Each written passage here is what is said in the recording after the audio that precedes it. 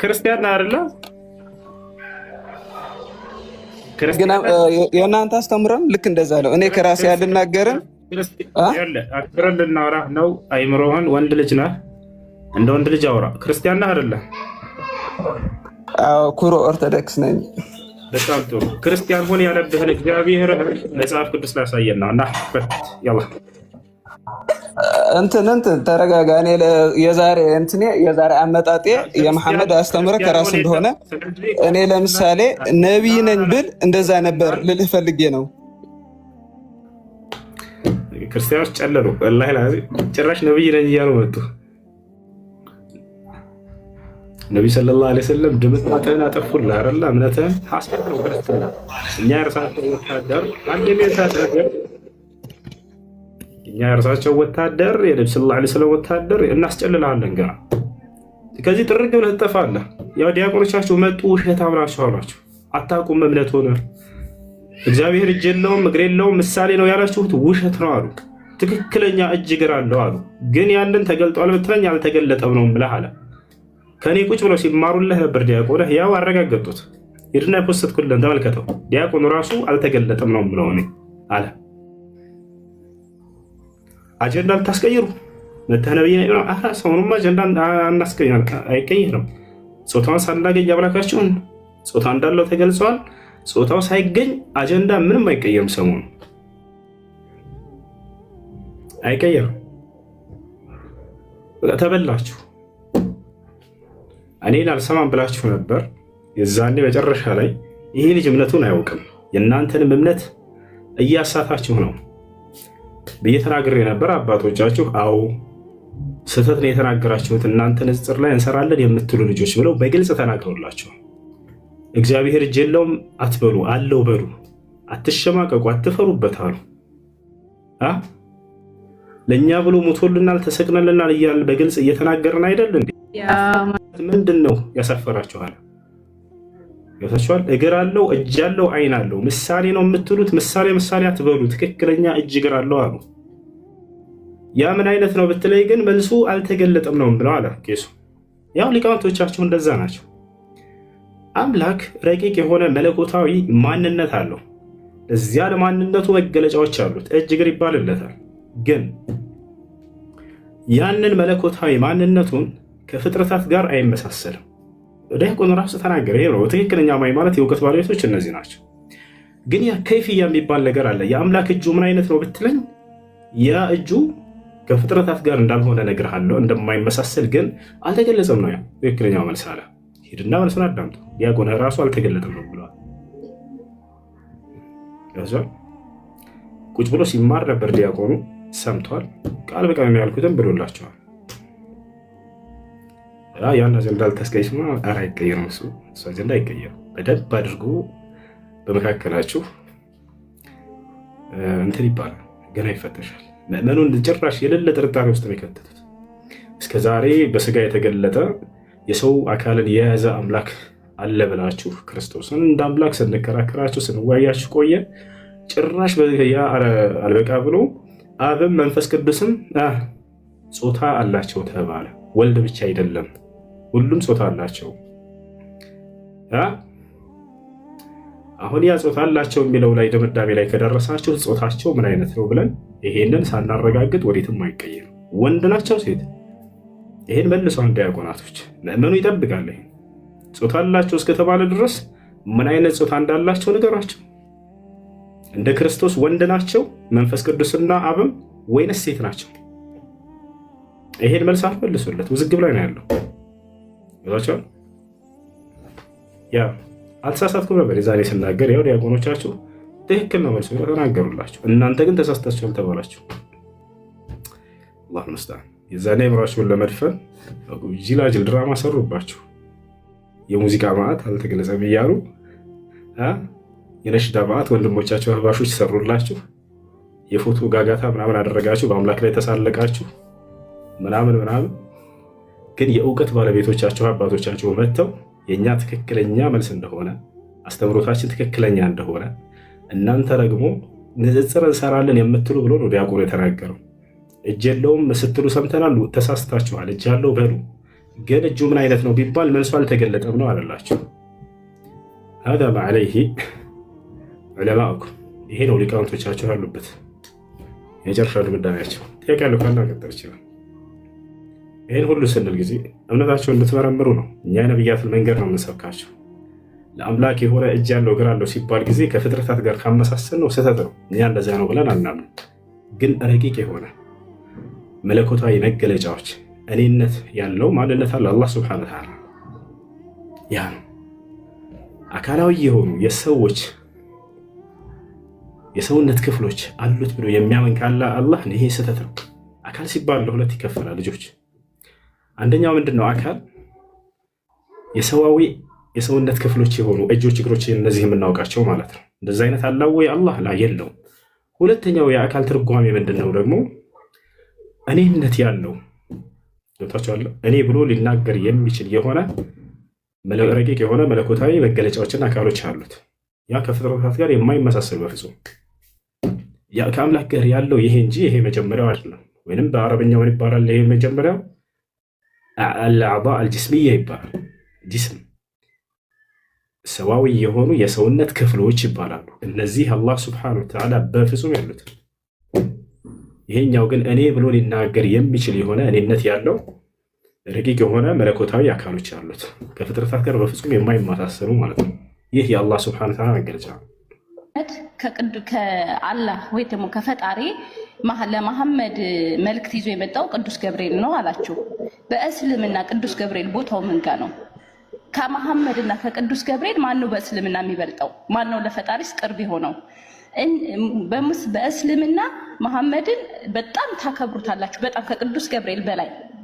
ቅዱስ ገብርኤል ደግሞ የፈጣሪ ቅርብ ነው። እንዲሁም ለመሐመድ መልእክት ይዞ የሚመላለሰው ቅዱስ ገብርኤል ነው። ግን ለቅዱስ ገብርኤል ቦታ በእስልምና ብዙም እንደ መሐመድ ቦታ የለውም። እዚህ ጋር አይጋጭም።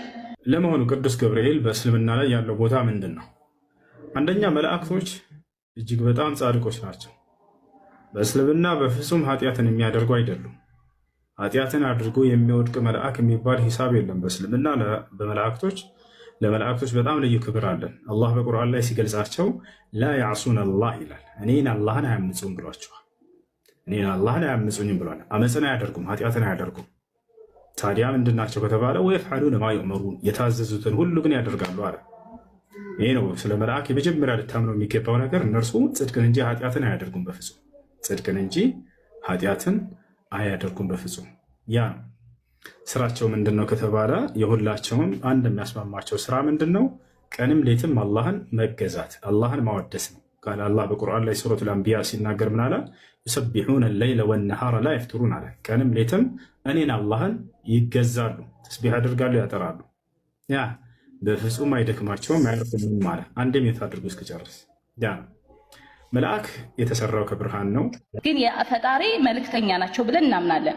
ፈጣሪ ስላዘዛቸው ግን ፈጣሪ ስላከበራቸው ግን እኛ ኦርቶዶክሶች መላእክቶችን እናከብራለን፣ ልክ ፈጣሪ ባዘዘን ልክ። እስልምና ላይ ስመጣ ግን እነ ቅዱስ ሚካኤል እነ ቅዱስ ገብርኤል የፈጣሪ መልእክተኛ ናቸው ትላላችሁ እንጂ ክብር የላችሁም፣ የአክብሮት ስግደት የላችሁም። ይሄ ጋር አልተጋጨም ወይ ነው? እኔ ይሄ ግልጽ እንዲሆንልኝ ነው። ምክንያቱም እዚህ ጋር ለመሐመድ ነው እንጂ ለቅዱስ ሚካኤል ለቅዱስ ገብርኤል አምልኮት የላችሁም ለማለት ነው። አምልኮ አይደለም ክብር የላችሁም። አምልኮት ሌላ ነገር ነው። ስለመልሳ አሁን እዚህ ቦታ ላይ እነርሱን ማክበር መገለጫው ለእነርሱ መስገድ ከሆነ በፍጹም የስህተት ነው። መልአኩ ገብርኤል መልአኩ ሚካኤል እንወዳቸዋለን፣ እናከብራቸዋለን። በልባችን ውስጥ ትልቅ ቦታ አላቸው። ገብተሻል። ነገር ግን ስግደት በእስልምና ለአምላክ እንጂ በፍጹም ለመላእክቶች አንሰግድም። ለነቢዩ ሙሐመድ ሰለላሁ ዐለይሂ ወሰለም እንሰግዳለን ወይ? ላ በፍጹም። የክብር ስግደትም ቢሆን የክብር ስግደት ይባል ለነቢ ሰለላሁ ዐለይሂ ወሰለም አናደርግም። ገብታችኋል አይደል? ለሑዘይፋ ብን ልየማን የተባለው ታላቁ ሰሓባ ወደ ነቢዩ ሰለላሁ ዐለይሂ ወሰለም ጋር መጣና ጠየቃቸው። ሁዘይፋ ልብ በለዋል። እኛ ለነቢ ሰለላሁ ዐለይሂ ወሰለም እንደማንሰግድ እርሳቸውም እንደከለከሉ ይሄን ነገር የክብር ስግደት ቢሆን ማስረጃ ልሰጣችሁ ነው። ሁዘይፋ ብን ልየማን የተባለው አንዱ የነቢ ሰለላሁ ዐለይሂ ወሰለም ሰሓባ ወይንም ባልደረባ አማኝ ነው። ከእርሳቸው ተከታይ መካከል ነበር። ወደ የመን ላኩት። ሂድና የመን አስተምር አሉት። የመን የምትሄድበት ቦታ ግን አይሁዶችና ክርስቲያኖች ናቸው አሉት። በዘመናቸው የመን የአይሁዶችና የክርስቲያኖች መኖሪያ ነበረች። ያ ሙዓዝ አሉት ኢነከ ተእቲ ቀውመን ሚን አህሊል ኪታብ፣ فليكن أول ما تدعوهم إليه أن يشهدوا أن لا إله إلا الله وأني رسول الله فإنهم أطاعوك لذلك فأعلمهم أن الله قد افترض عليهم في اليوم والليلة 5 صلوات فإنهم أطاعوك لذلك فأعلمهم أن الله قد افترض عليهم الزكاة تؤخذ من أغنيائهم فترد إلى فقرائهم فإنهم أطاعوك لذلك فأعلمهم أن الله قد افترض عليهم الصوم ثم الحج. أنت حذيفة وعلت أو معاذ بن جبل كذلك ሂድና ወደ የመን አሁን ታስተምራለህ አሉት። የመን ላይ ስትሄድ ግን የምታገኛቸው አይሁዶችንና ክርስቲያኖችን ነው አሉት። በዚያም ላይ ስትሄድ ጊዜ አደራ መጀመሪያ የምታስተምራቸው አምላክ አንድና ብቸኛ እንደሆነ አምላክ አላህን በብቸኝነት እንዲያመልኩ ለእርሱም ብቻ እንዲሰግዱና እንዲገዙ እኔም የአላህ መልእክተኛ ተደርጌ እንደተላኩኝ አስተምራቸው። ይህን ከታዘዙህና ከሰሙህ ወደ ቀጣዩ ትሄዳለህ። ሶላት ለእርሱ ብቻ በቀን 5 ጊዜ ሊሰገድ እንደሚገባ ያን ከታዘዙህም ቀጣይ ከገንዘባቸው ዘካ ወይንም ምጽዋት ለድሃዎች እንዲሰጡ ዘዛቸው። ያን ከታዘዙ በዓመት 1 ወር ረመዳንን እንዲጾሙ አስተምራቸው። ያን ከታዘዙ ወደ መካ በመምጣት ሐጅን እንዲያደርጉ አስተምራቸው። ሄደ የሰሃባ የመን ላይ እንዳሉት ነብዩ ሰለላሁ ዐለይሂ ወሰለም አይሁዶችና ክርስቲያኖችን አገኛቸው። ከሄደ በኋላ እነዚያን አስተማረና የሚያስተምርበት ጊዜ ከአይሁዶችና ከክርስቲያኖች የተመለከተው ነገር ነበር። በተለይ ከክርስቲያኖች ምን ተመለከተ ከተባለ ለአባቶቻቸው እንዲሁም ደግሞ ለመላእክት ለምናምን እየተባለ ለቅዱሳን እየተባለ ለእነርሱ የአክብሮት ስግደት ያጎነብሱላቸውና ይመለከት ነበር። ልክ ሲያገኟቸው ጊዜ ያጎነብሳሉ። ይሄን አየና ሁዘይፋ ጠየቀ እነዚህን ሰዎች ለምንድን ነው የምታጎነብሱላቸው የምትሰግዱላቸው ብሎ ሲጠይቅ ጊዜ እነዚህማ አባቶቻችን ናቸው፣ ጻድቆች ናቸው፣ ቅዱሳን ናቸው ብለን እናምናለን። ስለዚህ ለእነርሱ የክብር ስግደትን እንሰግድላቸዋለን እናጎነብስላቸዋለን ብሎ ተናገሩት። ለእንዳሄ ሰሃባ ስለዚህ እኔ በልቤ ከማንም በላይ የምወዳቸውና የማከብራቸው ነብይ አሉኝ፣ ስመለስ ለእርሳቸው እኔም አደርጋለሁኝ ብሎ አሰበ። ልክ ወደ መዲና ተመለሰና ገና እንዳገኛቸው ሊያጎነብስ ዝቅ ሊል ፈለገ ወደ እርሳቸው። ወዲያው ነቢያችን ሰለላሁ ዐለይሂ ወሰለም ራሱን ያዝ አደረጉት። ማዛ ተፍዐሉ ያ ሁዘይፋ አሉት። ሁዘይፋ ምን እየሰራህ ነው አሉት። ከዚያ ነገራቸው። እርስዎ በላኩኝ ጊዜ በየመን ላይ እንዲህ አይቼ ነበር፣ እኔም ለአክብሬ ለእርሳቸው ልሰግድ ፈልጌ ነው ሲላቸው ጊዜ ኢነሁ ላ ዩርከዑ ኢላ ሊላህ አሉት። አስተማሩት። እነሆ ከአላህ በስተቀር ለሌላ ለማንም አይጎነበስም አይሰገድም ማለት። ከዚያ በኋላ ምን አሉ? እነዚያ ሰዎች ክርስቲያኖች የመን ላይ ያገኛቸው ለምን እንደሚሰግዱ ለአባቶቻቸው ለቅዱሳኖቻቸው ምክንያቱን ነገሩት።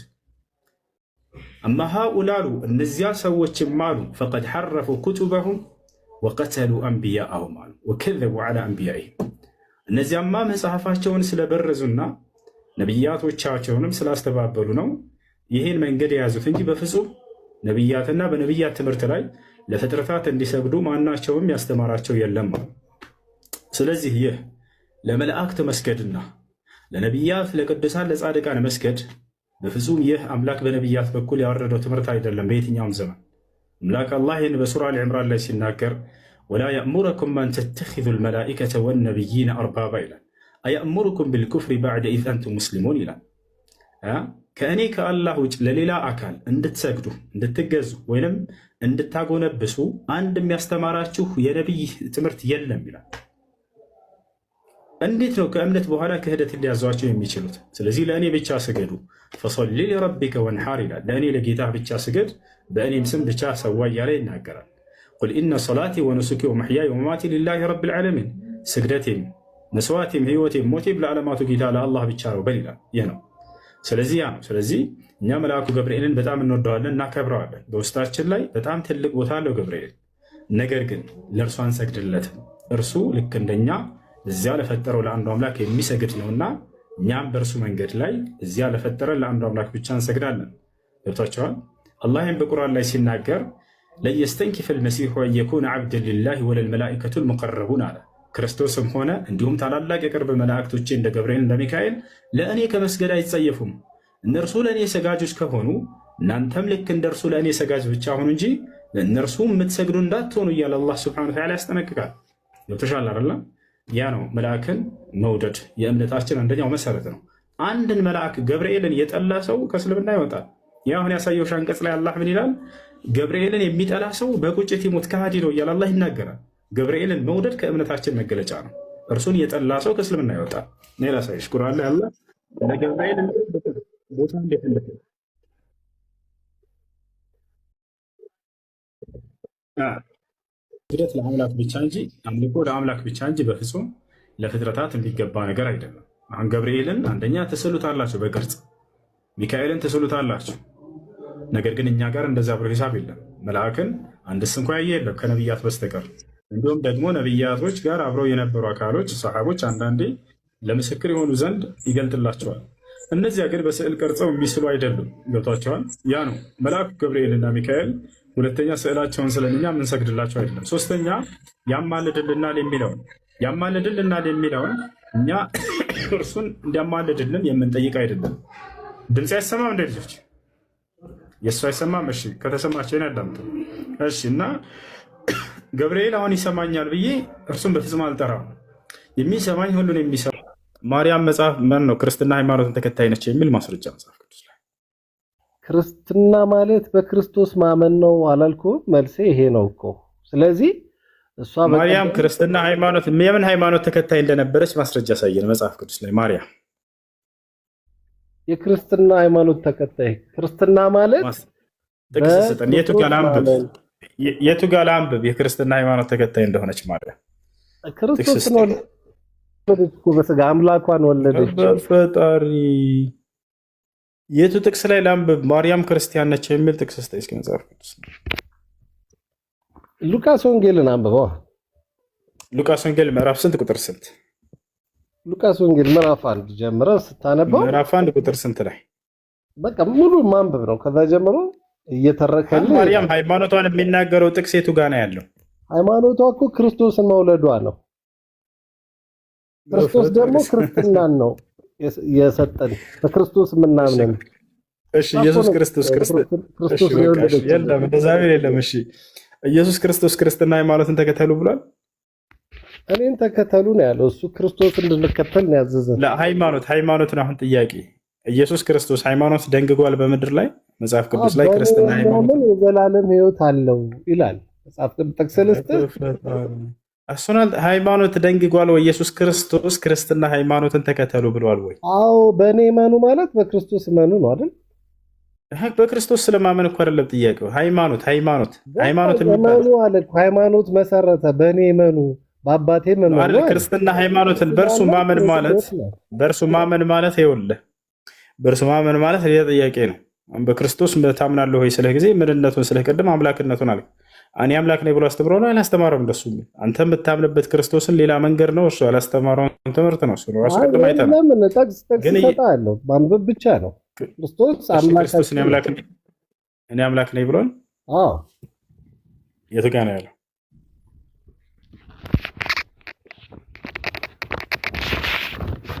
ኢየሱስ ክርስቶስ አምላክ እንደሆነ ማለት ነው። አምላክ ነኝ ብሎ ያስተማረበት አምላካቸው እንደሆነ ሐዋርያት የተናገሩት። ኢየሱስ ክርስቶስ እኔ አምላክ ነኝ ብሎ አስተምሯል ወይ? አዎ አስተምሯል። የቱ ጋር ያስተምራል? የዮሐንስ ወንጌል ምዕራፍ 5 ቁጥር 21 ቅድም ሰጥቻለሁ። የዮሐንስ ወንጌል ምዕራፍ 3 ቁጥር 18 እኔ አምላክ ነኝ ይላል እዚያ ላይ። አዎ አንብብ ነው እባክህ። እኔ አነባዋለሁኝ። እኔ አምላክ ነኝ የሚል ቃል አለ እዚያ ላይ ኢየሱስ የተናገረው ወይንስ የለም?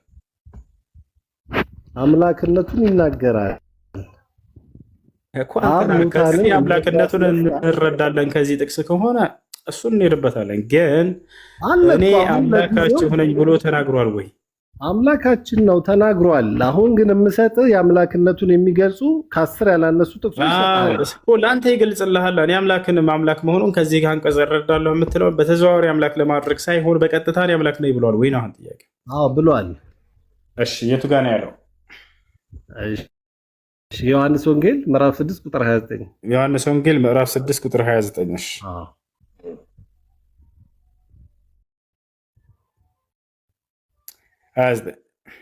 ኖ ቁጥር 48 29ንም ታነበዋለህ። ቁጥር 48 አንድ ጥቅስ ስጠኝና ከዚያ በኋላ ወደ ቀጣይ የትኛው ላንብብልህ? መጀመሪያ ምዕራፍ 6 ቁጥር 48 ቁጥር 48 እሺ። የህይወት እንጀራ ነኝ። የቱ ጋር ነው አምላክ ነኝ የሚለው? የህይወት እንጀራ እኔ ነኝ። يلا يلا يركبنا እኔ ቂጣ ነው አላልኩህ፣ ዳቦ ነው አላልኩህ። እኔ አምላክ ነኝ ብሏል ወይ? በቀጥታ አዎ ብሏል። እባክህን በተዘዋዋሪ አምላክ ልታደርገው የምትፈልግበትን ጥቅስ እንዳሰጠኝ አልኩት። አይ በቀጥታ እኔ አምላክ ነኝ ብሏል። የቱ ጋር እኔ የህይወት እንጀራ ነኝ? ጥያቄ ቁርአንና መሐመድ ላይ ነው ጥያቄ። ቁርአን የወረደው መሐመድ ከተወለደ በኋላ ነው ወይስ ከመሐመድ በፊት ነው? ቁርአን የወረደው ወደ ነቢዩ ሰለላሁ ዐለይሂ ወሰለም ከተወለዱ በኋላ ነው እንጂ ነቢይ ከሆነ በኋላ። አንድ ነቢይ ሆኖ ሲላክ ጊዜ ነው ከአምላክ ዘንድ ቃል የሚወርድለት፣ ልክ እንደነ ሙሴ እንደነ ኢየሱስ ሁላቸው። ኦኬ እሺ። እስልምና የነቢያቶች እምነት ነው ስትል ባለፈው ሰምቼ ነበር እና እንደዛ ከሆነ መሐመድን እነ ሙሴ ይበልጡታል በትውልድ አይደለ? በመወለድ ቀድሞ በመፈጠር ከአብርሃም ጀምሮ እነ ሙሴ ይበልጡታል። ቀድመው ነው የተወለዱት እነሱ። ስለዚህ እነሱ በነበሩበት ሰዓት ቁርአን አልነበረም። ማነው እንደሱ ያለሽ? አሁን አንተ እያልክ እኮ ነው። በነቢዩ መሐመድ ሰለላሁ ዐለይሂ ወሰለም ላይ ስለመውረዱ እንጂ የጠየቅሽኝ በዛን ጊዜ ነበር አልነበረም ብለሽ አልጠየቅሽም። ቁርአን እኮ ነው ያልኩት። ቁርአን ነቢዩ መሐመድ ከመወለዱ በፊት ነው ወይስ ከተወለደ በኋላ ነው አልኩክ። ቁርአን የወረደው እሳቸው ከተወለዱ በኋላ ነው እያልከኝ ያለከው። ይሄ ያው ቁርአን በእርሳቸው ጊዜ የወረደው ነገር ግን ከዚያ በፊት አለ የለም ብለሽ አልጠየቅሽም ነው። ኦኬ እሺ። ከዛ በፊት ነበረ። በየዘመናቱ አምላክ አላህ ሱብሓነሁ ወተዓላ ከእርሱ ዘንድ የሚነበብ የሆነ ቃል ቁርአን ማለት የሚነበብ ቃል ማለት ነው። ያን ያወርድላቸው ነበር ለነ ሙሴ፣ ለነ መሲሁ፣ ለነ አብርሃም፣ ለነ አዳም፣ ለሁላቸውም ሙስሊም እንደነበሩ አላህ ሱብሓነሁ ወተዓላ ያን እንዳዘዛቸው ይነግረናል። ምን ላይ ነው እሱን የሚለው? ያንን ባወረደው በቃሉ ላይ አላህ እኮ ለምሳሌ አሁን በእስልምና ቁርአን የወረደው ከመሐመድ በኋላ ነው። ለመሐመድ ገብርኤል እንደነገረው በገብርኤል በኩል እንደወረደለት ነው የሚናገረው። ስለዚህ እነ ሙሴ ደግሞ በዛ ሰዓት ስለ ቁርአን የተናገሩትም ነገር አልነበረም።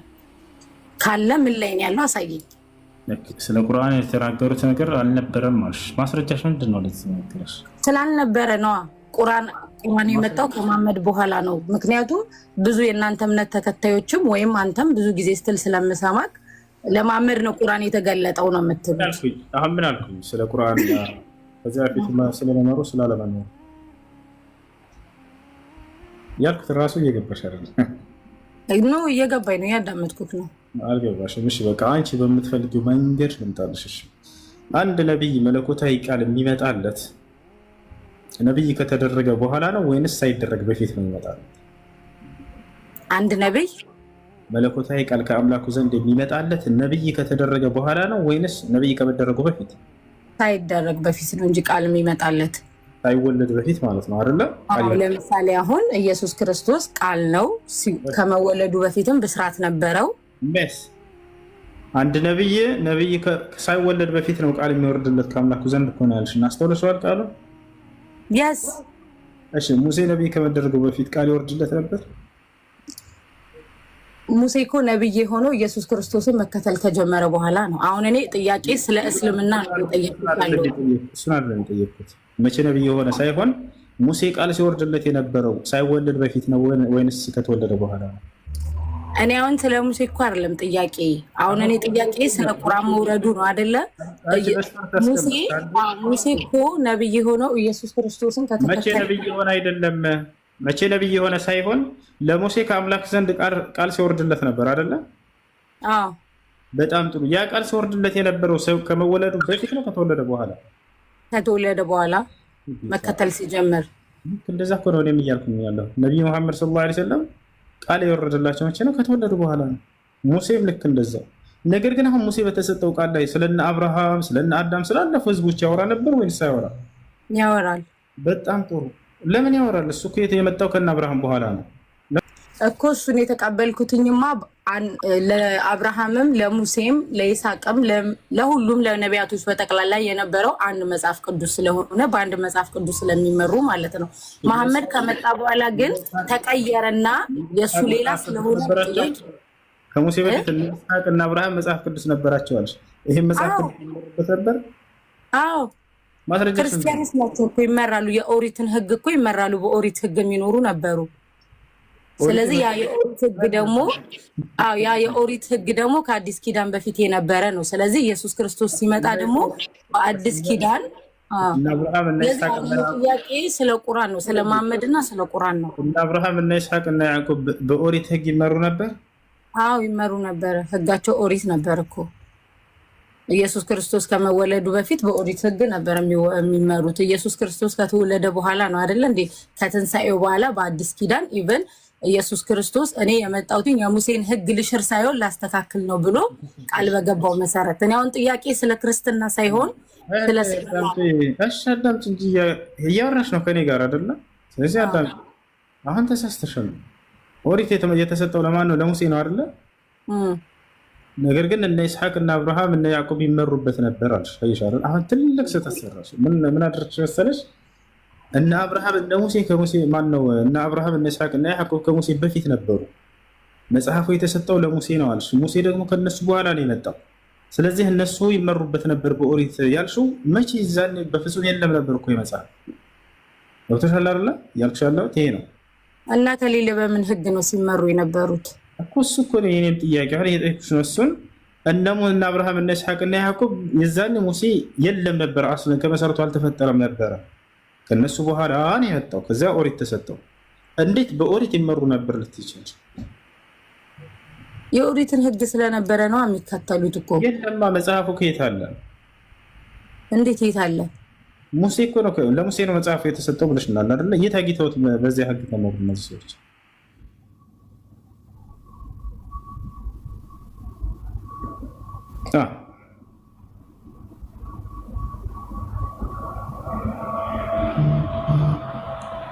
ሄሎ፣ ስልክ ተደውሎብኝ ነው። እሺ ችግር የለውም። የት አግኝተውት መጽሐፉን ተመሩበት? እና አብርሃም እና ይስሐቅ እና ያዕቆብ። እንዴት ማለት የት አግኝተውት? የለም ነበረ መጽሐፍ። ሙሴ ራሱ ገና ኦሪት እኮ ነው ህጋቸው መጀመሪያ ላይ እኮ ህጋቸው ኦሪት ነበር አይደለ? ስለዚህ በህግ ነው የሚመሩት። ከዛ በኋላ ወደ እምነት ውስጥ ወይም ደግሞ ወደ ትንሳኤ ውስጥ የገቡት ደግሞ በአዲስ ኪዳን ድነት አግኝተው ነው። አሁን እኔ ጥያቄ ወደ አዲስ ኪዳን ሳይሆን ሙሴ የመጣው መቼ ነው? ከነ አብርሃም ከነ ይስሐቅ በኋላ እንደሆነ ታውቂያለሽ አታውቂም? አይሰማሽም? ሙሴ የመጣው ከነ አብርሃም ከነ ይስሐቅ እና ያዕቆብ በኋላ መሆኑን ታውቂያለሽ አታውቂም?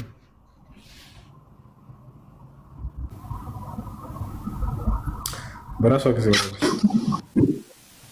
አያቸው። የሙሴ ህግ መቼ እንደወረደ እንኳን አያውቁም። ግን ስለ ነቢ ሰለላሁ ዐለይሂ ወሰለም ህግና ስርዓት የማይሆን እንደማያስኬድ ጥያቄ ይጠይቃሉ። ለማንኛውም አሁን የሰው ልጅ እኩል የተፈጠረው ብለን እናስባለን፣ ወንድም ሴትም።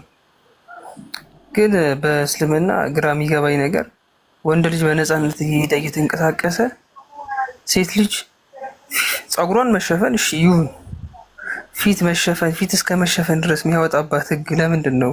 ምክንያቱ ምናምን ነገር የምታውቅ ከሆነ እንድታስረዳኝ ነበር።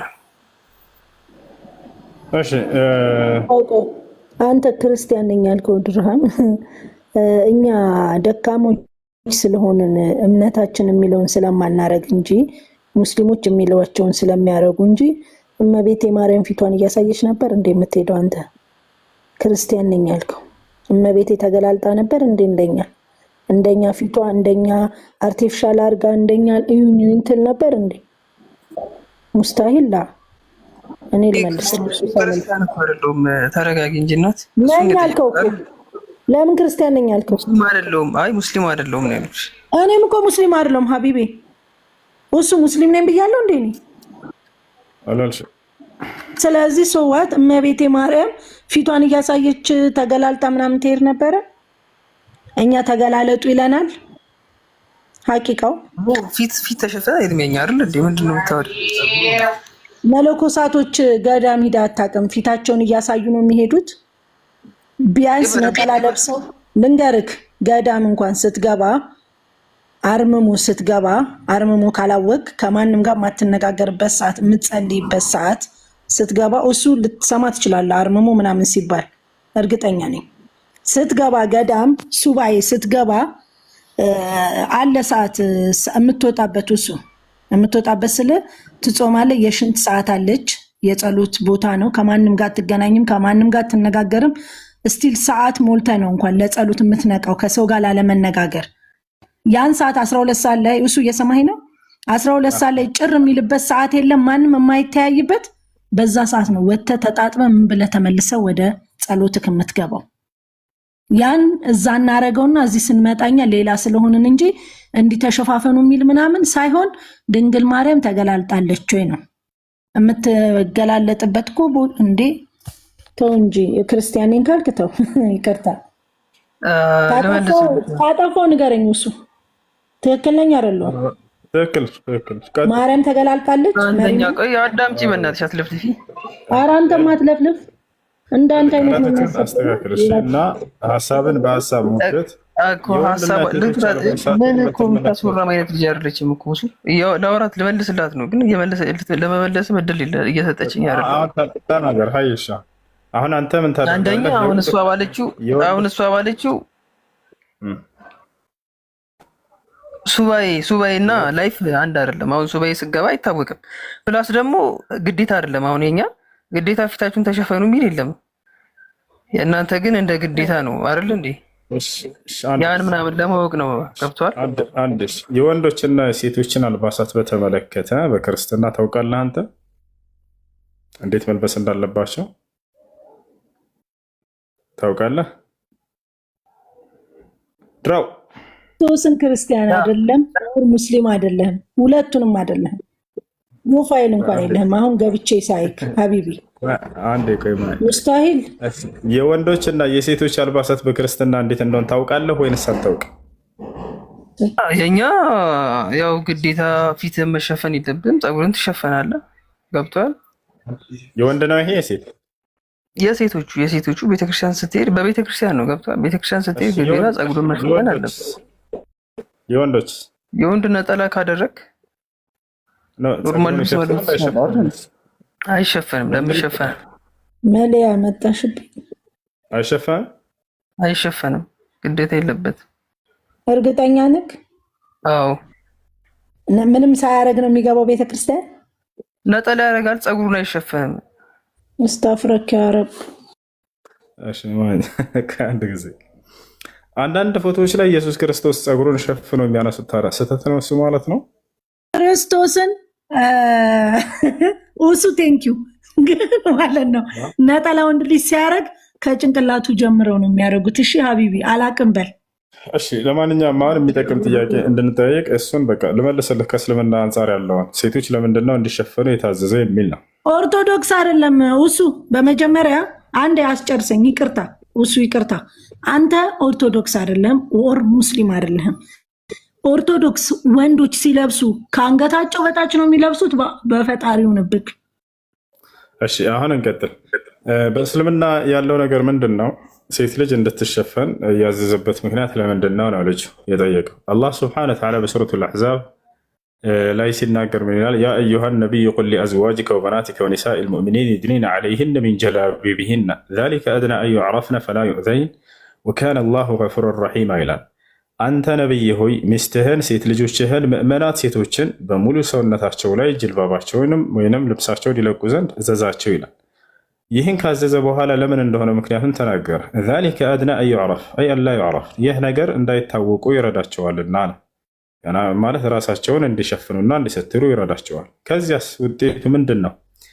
ፈላ ዩእዘይን አይለከፉም አለ። በተቃራኒው ሴት ልጅ የሰውነት ክፍሏን ገላልጣና የሰውነት ቅርጿን የሚያሳይ ልብስ ለብሳ በምትሄድ ተውባ ተቆነጃጅታ ሽቶ ተቀብታ በምትሄድ ጊዜ ሌላ ባዕድ ወንድ በእርሷ ላይ ሰይጣናዊ ፍላጎትን ይፈልጋል። ይህን ሁሉም የሚያውቀው ነገር ከዚህ ከሰይጣናዊ መንገድ እርሷን በመጥፎ ነገር ከሰይጣናዊ በዝሙት ነገር እንዳይፈልጋት ሰው ለመዝጋት ነው አምላክ አላህ ስብሐነሁ ወተዓላ የእርሷን ትልቁን የውበት መገለጫ የሆነውን ፊቷን ሸፍኑ ያለው። ሴት ልጅን ውበቷን እና ቆንጅናዋን አይቶ ሰው ወደ ክፉ ነገር ይሄዳል። ሰይጣን በዚያ ላይ ስራውን ይሰራል እና ያውና ተውባልሃለች፣ ተቆነጃጅታልሃለች፣ ይችን ልጅ ጠጋ በላት፣ ስልኳን ጠይቃት፣ ከዚያም ቀጥራት፣ ከዚያም በኋላ አገኛት። እንዲህ አይነት ክፉ ነገራቶችን በውስጡ ላይ ይጭርበታል። ያን ነገር ኢስላም ዘጋ። ኢስላም ዝሙት ሐራም ነው፣ ክልክል ነው፣ ተጠንቀቁ ብቻ ብሎ ዝም አላለም። ወደ ዝሙት የሚወስዱ ማናቸውንም አጸያፊ መንገዶች ሁሉ ዘግቷቸዋል። ከዚያ መካከል ሴት ልጅ የውበት መገለጫ የሆነውን ሰውነት ክፍሏን ገላልጣ መሄድ ይህ ነው። ይህንን ያላዘዘ ሃይማኖት ካለ የሃይማኖት ነው ጉድለት ያለበት። ምክንያቱም አንድን ነገር እርም ሲያደርግ አምላክ ወደዚያ ነገር የሚወስዱ ነገራቶችን ሙሉ ጠቅሶ እርም ማድረጉ ከዚያ ሃይማኖት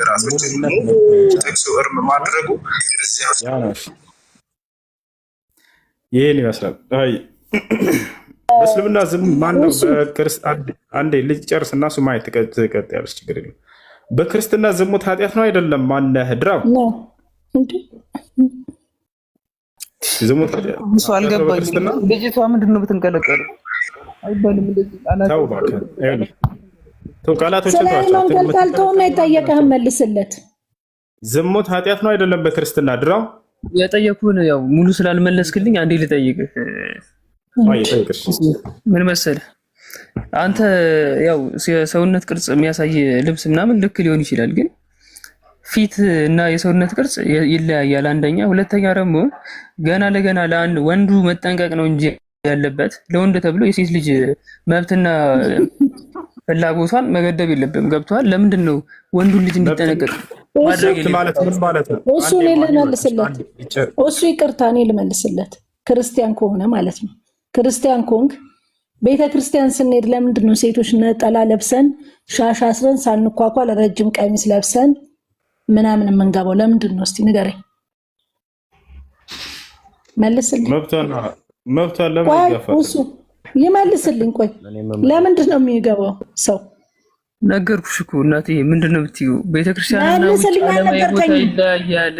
እሱ ቆይ በአላህ ይሁንብክ በነብይክ እሱ እንዳትመልስ አንተ በመድኃኒዓለም እንዳትይ። ሲጀመር በአላህ በይ። ምን ታስመስያለሽ አንቺ? ምንድን ነው እዚሁ ማናቅናም ነገር እንዳይመስልሽ። ከነሱ ጋር ስለኖርኩኝ ነው እንጂ ቀየርሽው እኮ እናቴ። ስብሐት ለአብ ለወልድ መንፈስ ቅዱስ እነብራን ሃይማኖትሽን እኮ እናውቀዋለን። መመለስ እንችላለን። የት ነው የምታውቀኝ? መመለስ ይችላል። አንተ ምንድን ነው እሱ የሚናገረው? ምንድን ይሄ ጴንጤ ነው ሲጀመር፣ እምነት የሌለው ከሃጂ። አንተ ከሙስሊም ከክርስቲያን እኩል እያወራክ ያለው ማለት ነው። ተመሳስለ ነው ልንገርህ። እኔ ከሙስሊም ጋር የኖርኩ ሴት ነኝ። ስንት ዓመት ሙስሊም ባትሆኚ እሱ እንደዚህ ፖዚቲቭሊ ሊያወራሽም አይችልም። እስልምና ምን አይጋብዝም። አቤት እሱ አንዴ እንዲናገሩኝ የፈቅደህላቸው ነው? እስላም ብትሆኝ እንድትናገሪ እሱ አይፈቅድልሽም? ምን ማለት ነው? አንዴ እንትን ልበል። አይ እሱ አንዴ መልስልኝ። ይሄ ከላይ ያለው አሁን የገባው ሙስሊም ብትሆኝ አይፈቅድልሽም ማለት ምን ማለት ነው? ይቅርታ። እዚህ ቤት ሁሉም ሰው ነፃነት አለው፣ ግን ነፃነታቸው አንድ ገደብ ይኖረው። እንዴ ተናገረኝ እኮ ሄደብኝ። እናቅሻለን። እኔ ታውቀኛለህ። ነገርኩ እኮ ቤተክርስቲያን አንተ ዝም ብለህ ከእሱ ጋር ልጨርሳ እንዴ? ቤተክርስቲያን ስገባ ራቁቷን ነው ወይ ሴት ልጅ የምትገባው? መልስልኝ አልኩት። ክርስቲያን ነኝ ላለው መልስልኝ። ትክክል አይደለው? እሱ ራቁቷን አትገባም። ለምንድን ነው የማትገባው ስለው አልመልስ ብሎ ሌላ ነገር ገባ። ታውቃለህ? ለምንድን ነው የማንገባው? መልስልኝ። ለምን እንደሆነ ልንገርህ። ለምን እንገባለን? ለምን እንደሆነ ልንገርህ። ቤተ እግዚአብሔር ራቁት ይገባል? አይ ኖር ነው። ይኸውልህ ምን እንደሆነ ልንገርህ። እግዚአብሔር ብቻ ሳይሆን ጠየቅሽን መልስልሽ። ጠየቅሽ ልመልስ። አንተን ማን ጠየቀ? ከላይ ያለው አሁን የገባውን ያልገባኝም። ምን ያው ከሱ ጋር እሺ ይመልስልሽ። እሱ ይመልስልሽ። አንተ ስለገባቱ መልስ እኮ እሱ ይመልስ። እኛ ቤተ እምነት ስትገቢ ግዴታሽ ነው አይደል? ቤተ እምነት ነው። ቤተ እምነት ስትገቢ አምልኮ ቦታ ነው። ግዴታ መሸፋፈን ካለብሽ መሸፋፈን ነው። እኛም ነጠላ እናደርጋለን አይደል እንዴ? እሷም ፀጉሯን ትሸፈናለች፣ ፊቷን አትሸፈንም አልኩሽ አይደል እንዴ? የኛ እንደዛ ነው። ግን የነሁሱ ግን ግዴታ ነው። ቤትሽም የሰፈርሽም ቢሆን ፊት ነው ደግሞ ያልኩት። ገብቶሻል? ፀጉር አይደለም። ፀጉር ቢሆን እሺ፣ ፀጉር ብቻ ችግር ላይ ነው። ለምንድን ነው ፊት የሚሸፈነው ነው ያለው? ገብቶሻል? እሺ፣ እኔ ደግሞ ያልኩት ግዴታ ነው ወይ ላልከው፣ እኔ ደግሞ ያልኩት ምንድነው እንደ ክርስትናነቴ ቤተክርስቲያን ሲሄድ የምለብስበት ምክንያት ሰው ጸሎት እያደረገ ጸሎቱን እኔ እንትን ማለት የለብኝም አይደል? እሺ ጨርሱና ቶሎ አንድ ጥያቄ ነበር።